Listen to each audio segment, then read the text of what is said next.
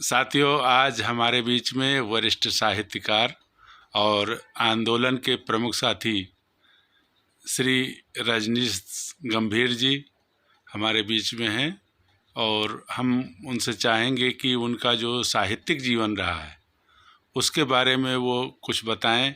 कब से उन्होंने लिखना शुरू किया और किन साहित्यकारों से ज़्यादा वो प्रभावित रहे हैं। जी दादा, बताएं। अब ये बड़ा कठिन सवाल है कि कब से लिखना शुरू किया, और उससे भी ज़्यादा कठिन सवाल है किन साहित्यकारों ने प्रभावित किया। क्योंकि मेरा मानना है कि हर व्यक्ति के अंदर जो है कहीं ना कहीं एक कवि और एक साहित्यकार होता है। तो उसको कब कहाँ जो है वो एक शक्ल मिल जाती है जिससे कभी कभी किसी की पहचान बन जाती है। कुछ गुमनामी के तौर पर जो है वो नाम रहते हैं, लिखते भी रहते हैं और लोगों के बीच में भी जाती हैं चीज़ें, लेकिन वो नाम बड़ा नहीं हो पाते हैं। और बहुत सारे ऐसे लोग भी होते हैं जो लिख नहीं पाते लेकिन सोचते हैं, तो वो भी हमारी नज़र में जो है वो साहित्यकार से कम नहीं है जी। और वो कविता उनके अंदर भी होती है। और कविता का तो अर्थ ही है प्रेम। अगर करता है इंसान तो वो कविता है, इनकलाब करता है वो भी कविता है, और बदलाव की बात और ये सारी चीज़ें हैं जो कहीं ना कहीं उद्वेलित करती हैं, और उद्वेलित करके कुछ ऐसे काम भी करता है, तो वो भी एक कविता है। तो जहाँ तक मेरा सवाल है कि शुरुआती दौर में बहुत छोटी उम्र में ही जो है क्योंकि घर में हमारे कोई ऐसा साहित्यिक माहौल कभी नहीं रहा परिवार में। लेकिन हमारे बड़े भाई थे, उनको शायरी का शौक़ था। वो हमारी एक दुकान हुआ करती थी कपड़े की, तो वो उर्दू की शायरी की किताबें ले आया करते थे और हम छुप छुप के जो है 9वीं 10वीं में पढ़ते थे तो उनकी वो किताब उठा के पढ़ा करते थे। हमें बड़ा मज़ा आता था। उर्दू के शब्द भी होते थे उसमें और शायरी भी होती थी मिक्स जो है वो कई कई शौरा के उसमें शायर होते थे, बड़े बड़े नाम गालिब के और तमाम और दूसरे लोगों के। तो वो करते करते जो है फिर कुछ दोस्त ऐसे मिलते गए जो कविता से जो है वो वास्ता रखते थे, लिखते भी थे। तो उनके साथ एक मतलब लगा कि हम सोचते हैं तो कुछ लिख भी सकते हैं। तो वहीं से वो एक कोशिश का सफ़र जो है वो शुरू हुआ।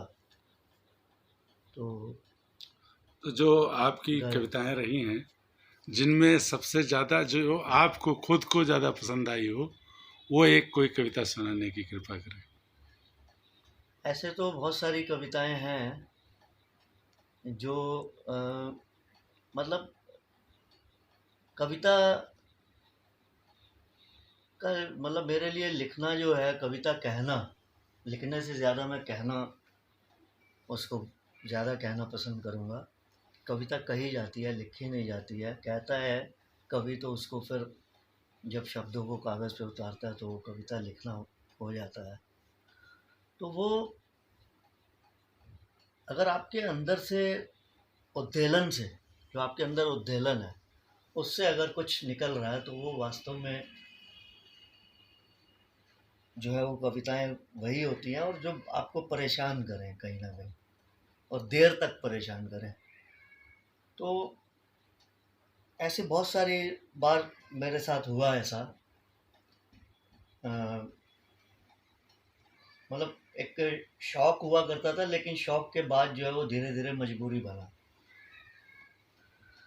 तो वो बहुत बार ऐसा मतलब शुरू में बहुत अच्छा लगता था कि एक गज़ल हमने कही तो वो कैसे जो है हमारे दोस्तों को सुनाना और उनकी वाहवाही मिलती थी तो बड़ा अच्छा लगता था। मसलन हमने वो जो शुरुआती दौर में कुछ ऐसी गज़लें कहीं, और उनमें मतलब आज भी बहुत 30 साल 35 साल पुराने दोस्त, 40 साल पुराने दोस्त वो मिलते हैं, तो वो उनके शेर जो है वो जब बोल के जो है वो याद करते हैं तो बड़ा अच्छा लगता है। तो वो ऐसी उस दौर में भी गज़लें कुछ कही गई और उसमें एक दो शेर जो कहीं ना कहीं लोगों को याद रह जाते थे। तो मेरे लिए वो जो लोगों को कितना याद रह जाता है, लोग कितना पसंद करते हैं, वहाँ से पैमाना जो है होता है। और वो मेरे अपने लिए भी जो है बहुत सारी चीज़ें ऐसी रहीं जो जिन्होंने मुझे लिखने के बाद बहुत परेशान किया और मैं कई कई दिन तक जो है वो डिस्टर्ब रहा।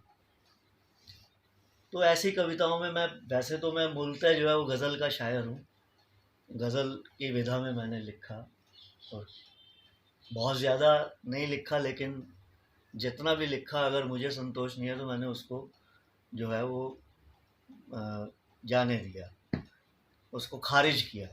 और ये हिम्मत होनी चाहिए सब लिखने वालों में कि अपने लिखे को खारिज कर सके, क्योंकि ये बड़ा मुश्किल होता है। अपने लिखे को खारिज करना जो है ये बड़ा मुश्किल काम होता है, क्योंकि खुद जो भी लिखता है इंसान तो उसको लगता है कि ये बहुत बेहतर है, लेकिन वो ऐसा होता नहीं है हमेशा।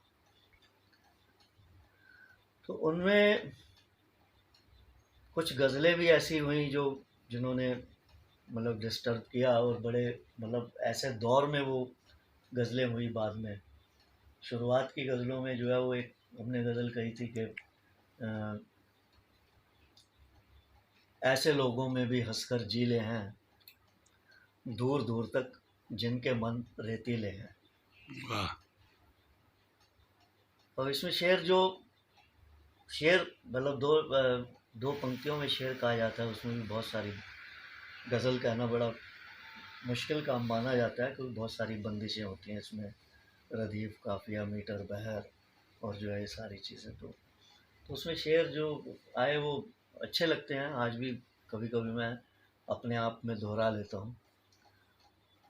तो ऐसे लोगों में भी हंसकर जीले हैं, दूर दूर तक जिनके मन रेतीले हैं, और कुछ गालों की सुर्खी कायम रखने को ज़्यादातर के चेहरे पीले पीले हैं।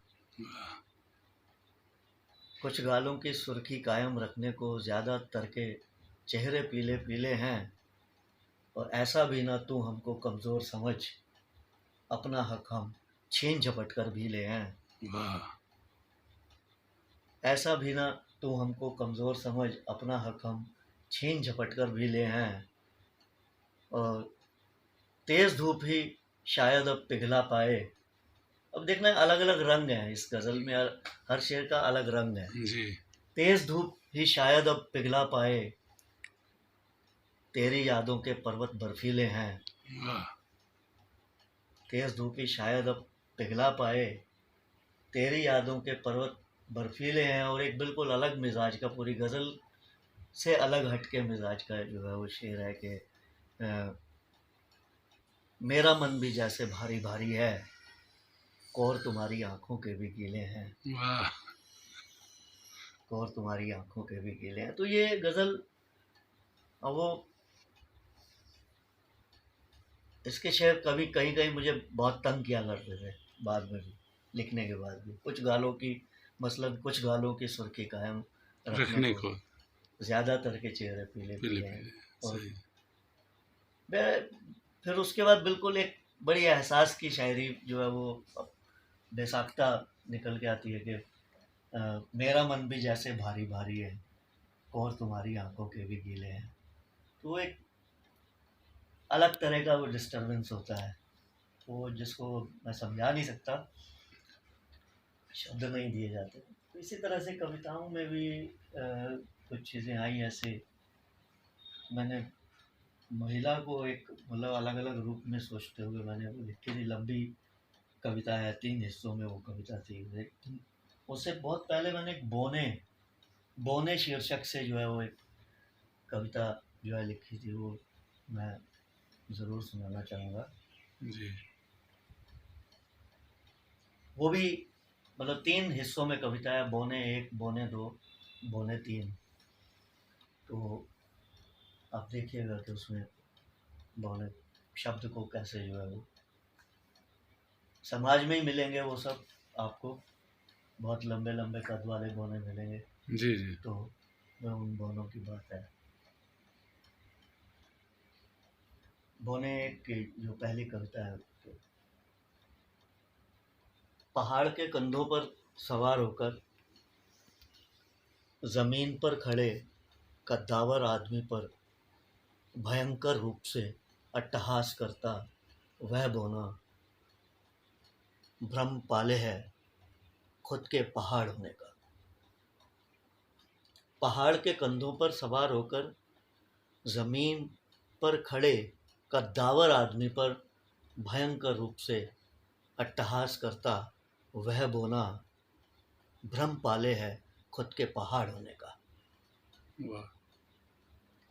भ्रम पाले है खुद के पहाड़ होने का, और उस बोने के अट्टहास की गूंज से डरकर जमीन पर खड़ा वह कद्दावर आदमी भी खुद को मान चुका है कब का बोना। बोने का अट्टहास और कद्दावर आदमी का डर अनवरत जारी है। वाह।